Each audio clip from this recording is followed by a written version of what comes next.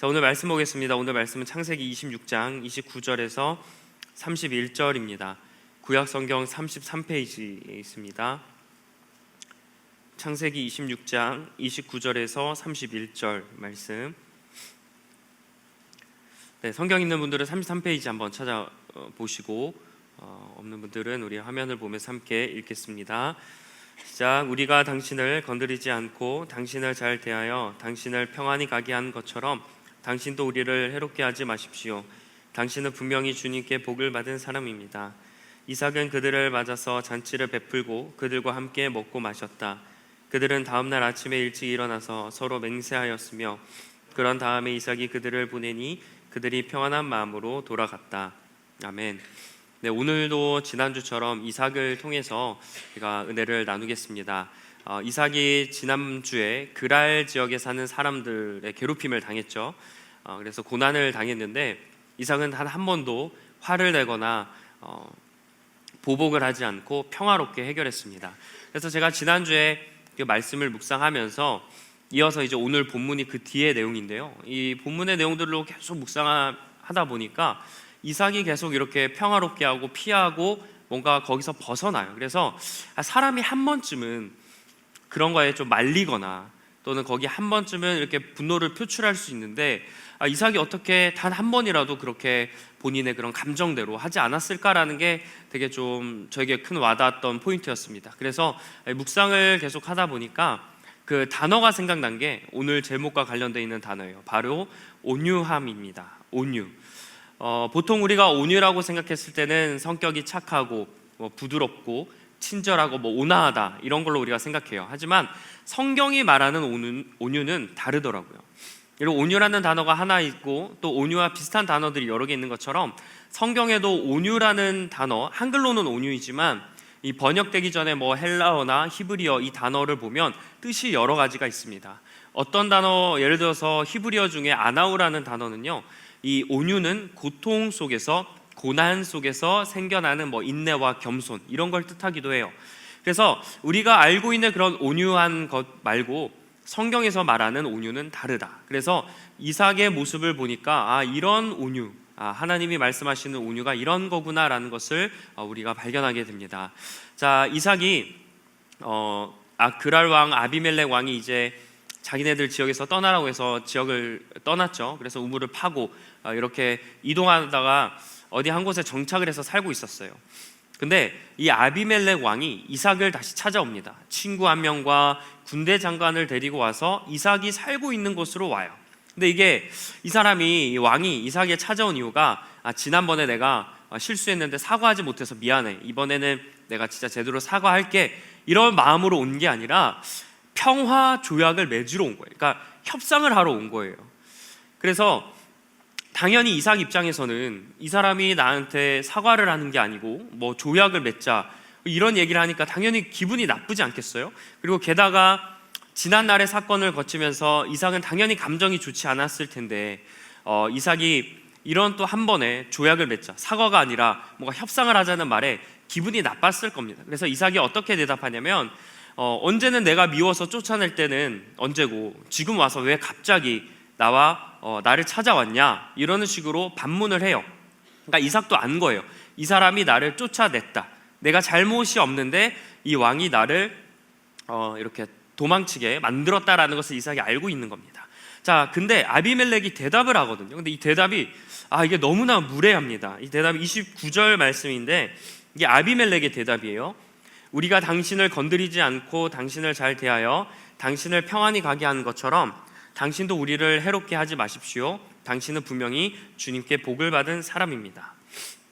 자, 지금 이 아비멜렉 왕이 블레셋 사람들이 분명히 이삭의 우물을 막았고 이삭을 괴롭혔고 또 상처를 줬어요. 그런데 지금 이 말씀을 보니까 내가 당신을 건드리지도 않았고 친절하게 대했다는 식으로 말을 하는 거예요. 이게 과연 이게 할 수 있는 말입니까? 이삭 입장에서는 지금 기분이 가뜩이나 나쁜데 찾아와서 하는 말이 내가 잘 대해주지 않았냐고, 이게 좀 감각이 없는 건지 아니면 인지가 안 되는 건지 되게 더 화가 날 수 있는 말을 해요. 제가 이삭이었으면 진짜 얘가 아직도 정신을 못 차렸구나 하면서 진짜 멱살이라도 잡고 싶은 그런 심정인데 이삭이 어떻게 반응을 하냐면 상식적으로 이해되지 않은 이 반응에서 이렇게 반응합니다. 자, 28절 말씀이에요. 죄송합니다. 30절에 31절 말씀 보니까 이삭은 그들을 맞이하여서 잔치를 베풀고 그들과 함께 먹고 마셨다. 이삭이 그들을 보내니 그들이 평안한 마음으로 돌아갔다. 자, 지금 이삭이 그 이야기를 듣고 화를 낸 게 아니라 어떻게 했냐면 잔치를 베풀었다. 그리고 함께 먹고 마셨다. 그 다음에 보냈는데 이 아비멜렉과 일행이 편안한 마음으로 돌아갔다는 거예요. 지금 이삭이 아비멜렉 일행에게 잔치를 베푼다고 합니다. 화를 내기는커녕 잔치를 베풀어요. 그럼 왜 잔치를 베풀었을까?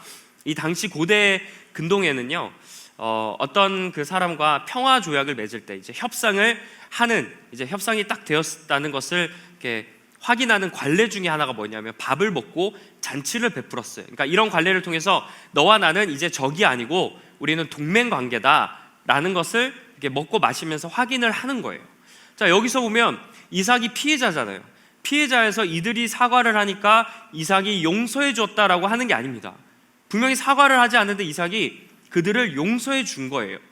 그리고 여기서 평안히 돌아갔다라는 말이 그냥 그 일시적으로 그 자리를 안전하게 도망갔다는 의미가 아닙니다. 이 평안하게 돌아갔다를 원어로 보면 일시적인 갈등이 잠깐 해결된 게 아니라 완전히 그들이 서로가 가지고 있던 갈등이나 상처와 아픔이 해결됐다는 거예요. 그러니까 이렇게 평안하게 돌아갔다는 의미는 이삭이 아비멜렉에게 가지고 있던 어떤 아픔과 상처와 분노, 이런 어떠한 작은 앙금 하나라도 남지 않았다는 겁니다. 이삭은 완전히 아비멜렉에 대한 나쁜 감정이 없었다는 거예요. 참 신기하지 않습니까? 아비멜렉은 이삭에게 상처를 주었는데 이삭은 아비멜렉에게 용서를 베풀었어요. 평화롭게 그를 보내준 겁니다. 자, 솔직히 상식적으로 이삭이 이해되지 않아요. 그리고 솔직하게 이런 모습들을 보면 조금 멍청해 보입니다. 아니 그래도 화를 낼 때는 화를 내야지. 과연 이렇게 참는 게 과연 정답일까? 맞는가? 이렇게 과연 아무리 그래도 믿는 사람이다 할지라도 이렇게 인내하는 것만 그냥 이렇게 그냥 피하는 게 과연 맞을까라는 의문이 드는데요. 그런 말씀 가운데 묵상하다가 저에게 이렇게 다가왔던, 저를 사로잡았던 말씀이 있어요. 그 말씀이 28절 말씀입니다. 이렇게 말씀합니다. 그들이 대답하였다. 우리는 주님께서 당신과 함께 계심을 똑똑히 보았습니다. 자, 아비멜렉이 이삭을 통해서 지금 누구를 봤다는 거예요? 하나님을 봤다는 거예요. 하나님을 믿지 않은 아비멜렉이요, 이삭의 그런 행동을 통해서 그의 말과 행동과 평화를 맺어주고 잔치를 베풀어주고 자신들을 평안히 보내게 하는 그런 모습들을, 모든 걸 보면서 하나님이 함께 하심을 이 사람이 본 거예요. 과거에 그냥 나가달라 했을 때 순순히 나가고, 우물을 몇 번 막았을 때도, 내 거라고 우겼을 때도 그냥 양보하고 나간 그 모습을 보면서 당신과 하나님이 함께 계셨다는 걸 본 거예요. 지금 여러분, 이삭이 떠나면서 그래 내가 이거 양보할 텐데 하나님이 살아계십니다 하고 말하고 갔나요? 그냥 갔나요? 성경에는 그런 말씀이 하나도 없어요. 그냥 이삭이 그냥 간 거예요. 그러니까 아비멜렉에게 야, 하나님이란 분이 있는데 내가 그 하나님 생각해서 너희들 용서해 줄게, 이런 말을 한마디도 안 했거든요. 근데 그들은 이삭이 하나님을 믿는 걸 알고 있고, 아무리 생각해도 어떻게 사람이 저렇게 착할 수 있나, 아무리 생각해도 어떻게 사람이 저걸 다 받아줄 수 있나, 그 사람을 보았더니 자기들과 다른 게 뭐예요? 이삭이 하나님을 믿는 사람이었던 거예요. 그 신앙 때문에 이삭이 자기들을 용서해주고 받아주었다라는 걸 그 아비멜렉이 경험하게 된 거죠. 자, 이삭 입장에서는 왜 나만 계속 양보해야 될까? 내가 잘못도 안 했는데 왜 내가 피해 다녀야 될까? 이런 생각이 한 번이라도 들지 않았겠어요? 여러 생각과 여러 감정이 들었을 겁니다. 당연히 이 상황에서 그냥 사람들이 헤헤 웃으면서 그냥 괜찮아 이럴 사람이 어디 있어요? 그리고 여러분, 이삭이 지금 가장이고 여러 종들이 있습니다. 그러면 그 가족 중이나 종들 중에 단 한 명이라도 이삭님 지금 이제 계속 얘네들이 우리를 괴롭히고 만만하게 보는데 한 번쯤이라도 좀 화를 내라고, 한 번쯤이라도 좀 이렇게 공격이라도 하라고 이런 말을 하지 않았을까요? 내 주인, 내가 모시고 있는 사람이 그냥 멍청하게 피하기만 하고 받아주기만 하고 또 힘이 약한 게 아니고 힘이 강한데 그렇게 도망가 다니는 모습을 보면서 이 종들이 얼마나 답답했을까. 근데 이삭이 그걸 알았겠죠. 야, 우리 그냥 가자. 우물을 팠는데 양보해주고 가자. 이런 모습을 통해서 종들이 뭐 반항은 안 했겠지만 그들의 표정을 보면서 그런 걸 눈치채지 않았겠습니까? 이삭도 마음이 많이 불편했을 거예요. 근데 이삭은 이 말 한마디, 내가 당신을 통하여 하나님을 바라봤다는 이 한마디가 이삭의 모든 것을 다 녹이는 겁니다. 이삭은 이 말에 분명히 큰 위로를 받았을 거예요. 보잘것없는 내가 어떻게 하나님을 이렇게 증거하는 삶을 살 수 있을까? 내가 하나님을 믿으세요, 내가 하나님이 살아계신다는 말을 한마디도 하지 않았는데 그들이 어떻게 살아계신 하나님을 이렇게 믿게 되었을까? 그는 깨달았던 거예요. 내가 온유한 게 답답해 보이고 주변 사람들마저 그게 정답이 아니라고 그런 이야기를 했을지 몰라도 내가 온유함을 지켰더니 하나님이 이렇게 일하시는구나. 나도 높이고 하나님도 높이는 이런 놀라운 일을 하나님이 하시는구나 라는 걸 이삭이 이 말 한마디에 분명히 깨달았을 겁니다. 이삭을 통해서 여기서는 우리가 온유의 특징을 알게 돼요. 아까 말한 대로 온유는 착하고 온화한 그런 성품이 아닙니다. 진정한 온유는 뭐냐면 나를 통해 하나님을 알게 되는 거예요. 하나님을 알지 못하는 사람이 나의 모습을 통해서 하나님을 알게 되고, 하나님을 심지어 부정했던 사람들이 나의 어떤 성품을 보면서 이 온유함을 보면서 하나님을 다시 한번 생각해 보게 되는 것, 그게 진정한 온유라는 성품입니다. 우리는 한치 앞에 그런 것만 내다보다 보니 또 내가 가지고 있는 거, 내가 하는 일을 어떻게든 빼앗기지 않고 지키려고 하잖아요. 그래서 그것을 어떻게든 작지만 뺏기지 않으려고 막 아둥바둥 살기도 하고, 손해보지 않으려고 막 이렇게 손에 쥐고 예민하게 살아갑니다. 그러다 보니까 이제 사람들과 여러 문제가 생길 때도 있어요. 그러나 오늘 이삭은 이렇게 얘기합니다. 그럼에도 불구하고 온유해야 된다. 이삭은 그런 다툼이 있고 갈등 과정 중에 당연히 살다 보면 생길 수 있는 문제라고 접근하지 않아요.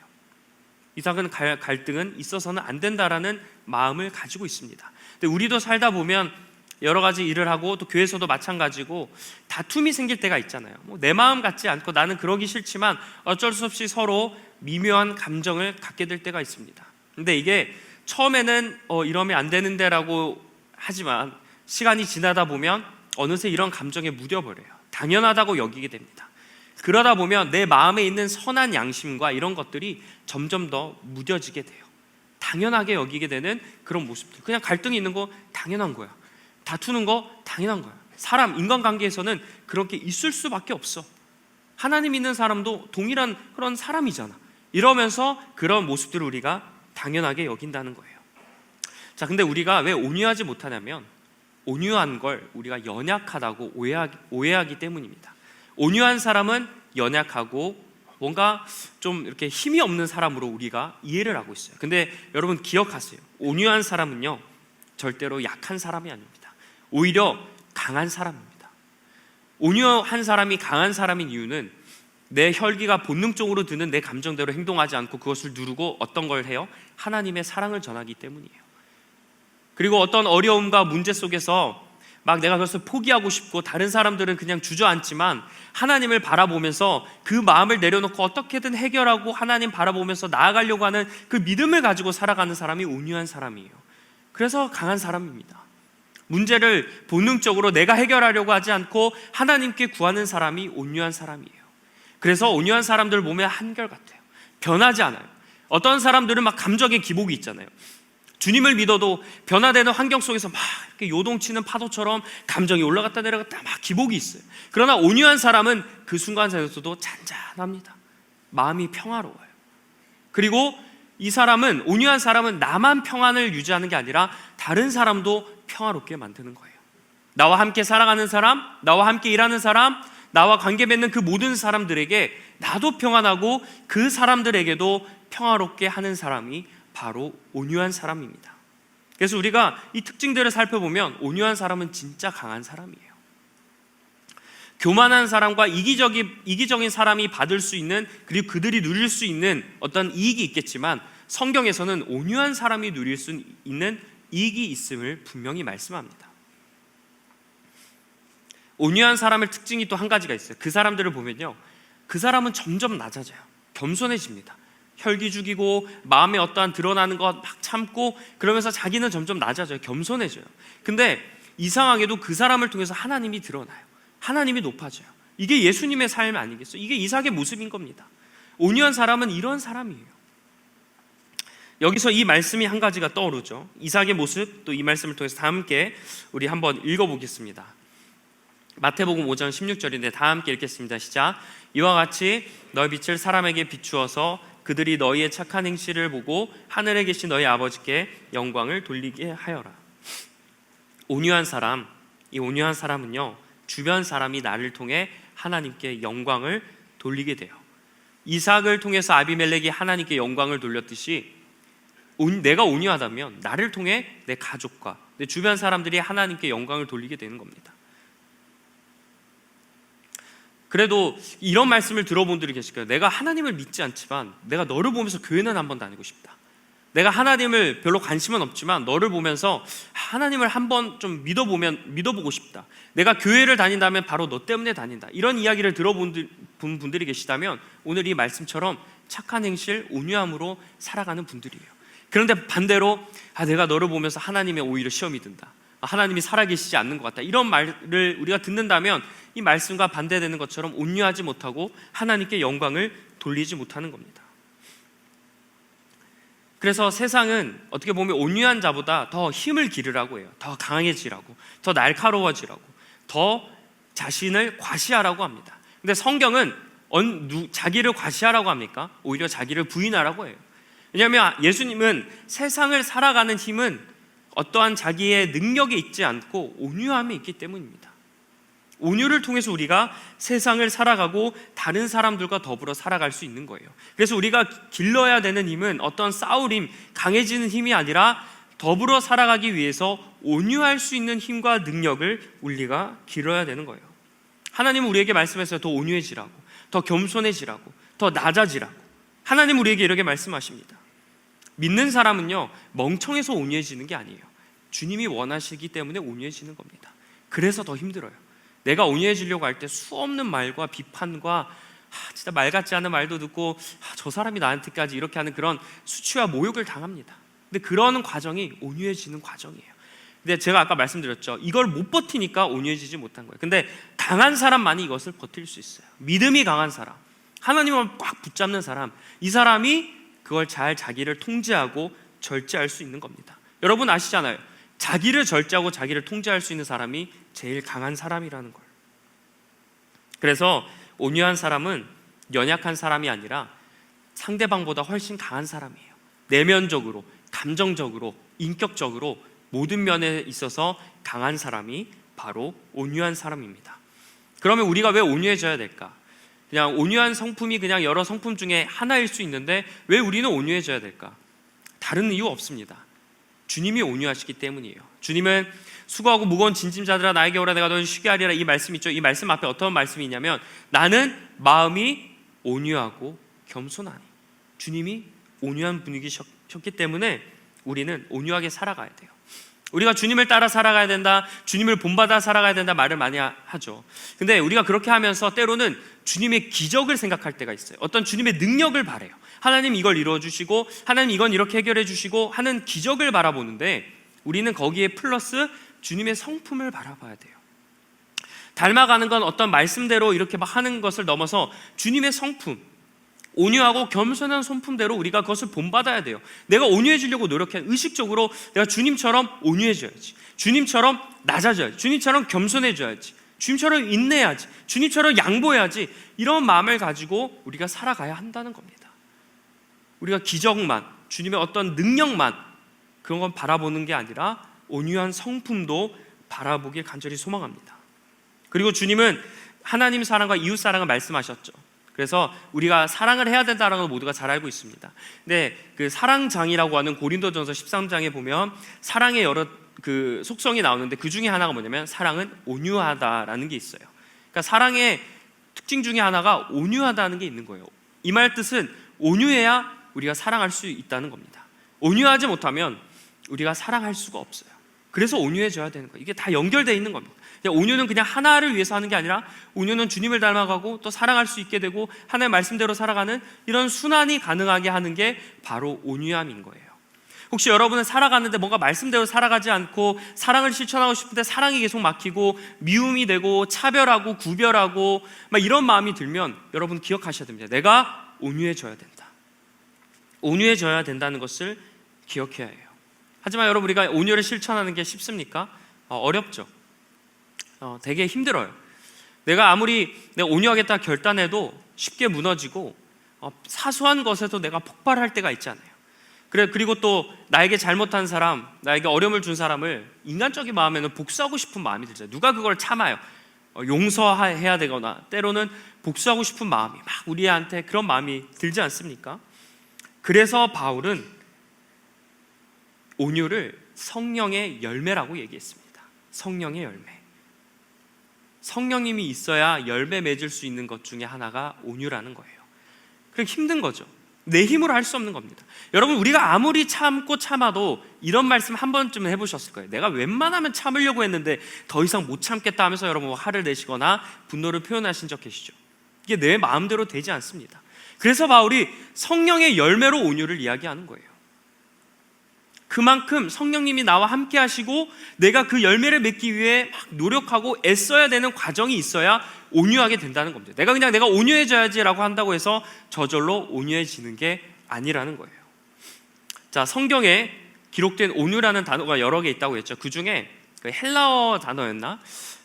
뜻이 야생동물을 길들이는 뜻이 있어요. 온유라는 것이 야생동물을 길들인다.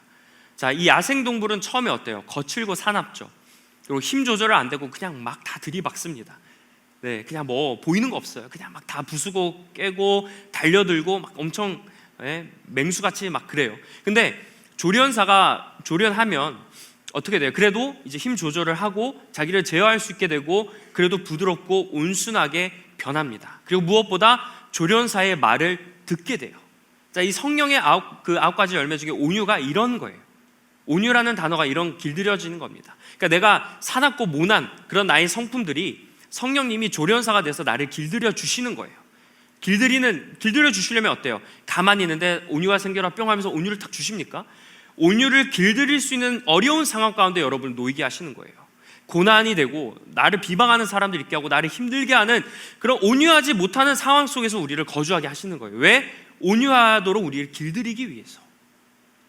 그래서 온유를 그렇게 길들여주고 우리가 그렇게 나아갔을 때 어떻게 되는 거예요? 온유하게 되는 겁니다. 온유는 한 번에 딱 이루어지는 성품이 아닌 거예요. 그래서 우리가 길들여졌을 때 하나님의 말에 순종할 수 있는 거예요. 우리가 온유해야지만 하나님의 뜻에 철저히 순종할 수 있습니다. 내가 순종하지 못하고 내가 하나님 말에 자꾸 반대가 되고 어떤 뭔가 흐름에 자꾸 내가 이렇게 막 반항하는 마음이 생기면 여러분 온유라는 마음을 꼭 기억하세요. 길들여 주셔야 됩니다. 그래야 온유라는 성품을 성령의 열매로 우리가 거둘 수 있게 돼요. 그래서 훈련이 필요합니다. 누구는 우리가 겉으로 볼 때만 온유를 평가해서는 안 돼요. 누구는 겉으로 막 거칠게 표현하지만 어떤 사람들은 겉으로는 표현하지 못해도 속으로 막 이렇게 거칠게 표현하는 사람들이 있잖아요. 다 누구나 이런 마음들이 있습니다. 그래서 우리는 이런 좀 상황 가운데서 나에게 어려움이 생기거나 또 내가 이런 좀 마음이 들 때 하나님이 나를 이곳에 보내시고 나를 여기에 놓게 하시는 것은 어떤 나의 삶 가운데 광야로 보내신 게 아니라 온유할 수 있는 그 주님의 성품을 본받을 수 있도록 나를 거기에 보내셨다라는 것을 우리가 기억해야 됩니다. 그래서 화가 나고 어렵고 분노하고 참지 못하는 그런 막 성격이 쭉쭉 올라올 때마다 온유해야지, 인내해야지, 겸손해야지라는 마음을 여러분 꼭 생각하시길 바라요. 그래서 그 가운데서 표출하기보다 그 마음을 꾹꾹 누르면서 하나님께 나아가야 됩니다. 근데 여러분 오해하셔서는 안 돼요. 이 온유라고 하는 게 어떤 부정한 거나 불의한 것도 외면하라는 뜻이 아닙니다. 표출할 땐 표출해야 돼요. 근데 문제는 우리가 표출할 때 표출하지 않고 불필요한 데에 표출해서 그래요. 사소한 거, 사랑을 해야 될 때 우리가 막 표출하기도 하고 인내해줘야 될 때 표출해서 문제지 절대로 온유는 무조건 참는 게 아닙니다. 여러분 주님이 온유하다고 하셨잖아요. 주님이 무조건 참기만 했습니까? 바리새인들과 외식하는 자들 앞에서 이 독사의 자식들아 주님은 표출할 때는 확실하게 표출하셨어요. 그러나 주님의 능력과 힘과 감정을 제어하면서 필요한 곳에 사용하셨다는 거예요. 이삭도 마찬가지죠. 이삭도 아비멜렉이 자기가 봐도 이삭이 자기보다 더 강했다고 고백하지 않습니까? 이삭이 강했지만 그의 힘을 통제한 거예요. 왜? 지금 그 힘을 쓸 때가 아니기 때문에. 여기서 그 힘을 내 감정에 못 이겨서 사람을 막 죽이는 일에 내 힘을 쓰면 안 되기 때문에 이삭이 자기를 조절한 거예요. 이렇게 조절하는 게 바로 온유하다라는 라는 의미입니다. 그래서 혹시 여러분 가운데 내가 온유할 수 없는 상황에 지금 놓여 있다, 계속 나를 힘들게 하고 나를 어렵게 하고 계속 나를 불편하게 만드는 상황 가운데 있으면 하나님이 나를 온유하도록 그렇게 만드는 과정 중에 있다는 것을 여러분 꼭 기억하시길 바랍니다. 그리고 성경의 열매라고 했죠. 열매는 고통과 풍파를 겪어야 열매를 맺습니다. 그런 과정이 있어야 되는 거예요. 그래서 하나님이 그래도 나를 포기하지 않으시고 나를 사랑하시니까 그 온유한 마음을 갖길 원하셔서 주님이 나를 그 자리에 보내셨다. 오히려 하나님께 감사하고 주님을 더 붙잡는 저와 여러분이 되길 간절히 축복합니다. 그리고 지난주에 팔복 중에서 그 평화롭게 화평케 하는 사람이 받는 복을 이야기했었잖아요. 그래서 이삭이 평화롭게 돼서 하나님의 자녀가 되는 복을 받았다 이렇게 했는데, 그 팔복 중에는 온유한 사람이 받는 복도 있습니다. 그래서 이렇게 온유한 사람이 받는 팔복을 이렇게 이야기합니다. 온유한 사람은 복이 있다. 그들이 땅을 차지할 것이다. 마태복음 5장 5절 말씀인데, 온유한 사람에게는 복이 있대요. 근데 그들이 어떠한 복을 받냐면 땅을 차지할 것이다. 자, 여기서 온유한 사람이 땅을 차지할 거라고 했잖아요. 당시에는 이 땅이 재산, 되게 중요한, 요즘도 마찬가지로 되게 중요한 재산이었고 권력입니다. 자, 근데 세상적인 관점에서 여러분, 온유한 사람이 땅을 차지할 수 있을까요? 땅을 포기하지 않습니까? 그러니까 이삭을 한번 볼게요. 이삭이 온유하다고 했으니까, 이삭이 온유하면서 자기가 우물을 팠던 땅을 자기가 쟁취합니까? 양보합니까? 양보해요. 그 땅을 포기하는 거예요. 그러면 이 말씀을 보면 온유한 자는 땅을 포기하게 될 것이다 라고 해야 그 말씀이 맞는 거 아닙니까? 아니, 이삭이 온유해서 그 우물을 팠는데 그 우물을 차지하게 된 게 아니라 양보하고 도망가잖아요. 만약에 성경에서 이삭이 자기가 하나님을 믿고 땅을 팠는데 적들의 공격에도 불구하고 무력으로 그 우물 있는 땅을 잘 지켰다라고 이야기하면 이 말씀이 맞을 것 같아요. 근데 전혀 이삭을 보면 온유한 사람을 땅을 얻는 게 아니라 땅을 빼앗기는 것처럼 보이거든요. 근데 이 오늘 말씀 이후에 어떤 바로 이어지는 그런 성경 구절이 있어요. 이삭의 종들이 우물을 팝니다. 또 우물을 파요. 근데 거기에 어떻게 되냐면 우물을 팠더니 우물이 터졌다라고 해요. 여러분, 이삭은 그전에도 그렇고 우물을 팔 때마다 한 번도 실패하지 않습니다. 파는 우물마다 우물이 다 터져요. 양보했어도 다른 곳을 팠더니 그곳이 우물이 이렇게 또 터지고 그 땅을 차지하게 됩니다. 이 말씀이 맞는 거죠. 오늘 이후에도 이삭이 평화 조약을 맺고 그들을 평안히 돌려보내는 그런 온유함을 보여준 이후에 우물을 팠더니 우물이 터져서 이삭이 그 땅을 차지하고 거기서 살게 됩니다.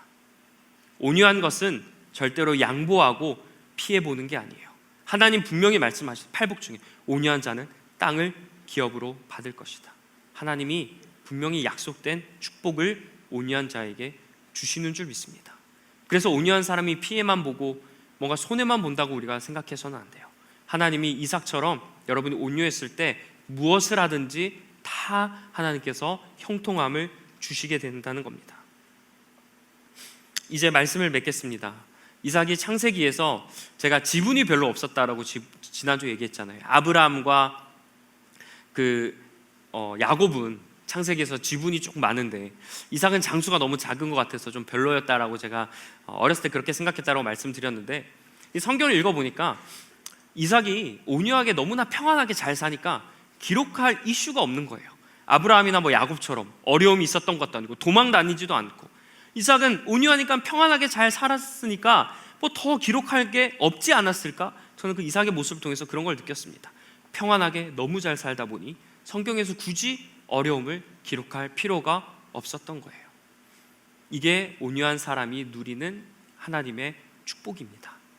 자, 우리는 삶을 살아가면서 경쟁사회에 살아가요. 그러면 상대방을 짓밟을 수밖에 없고 때로는 상처와 아픔을 주기도 시작합니다. 그리고 내가 어떤 하나님께 비전을 받았다고 해서 그 비전을 이루기 위해서 해서는 안 되는 그런 부정한 방법과 그런 수단을 죄송스럽게도 사용할 때가 있어요. 그게 하나님의 죄라는 걸 알면서도 어쩔 수 없다는 걸 우리가 그렇게 스스로 여기면서 다른 사람들에게 피해를 주고 죄와 같은 그런 수단을 사용할 때가 있습니다. 그러나 여러분, 그 가운데 오늘 말씀을 좀 기억하셨으면 좋겠어요.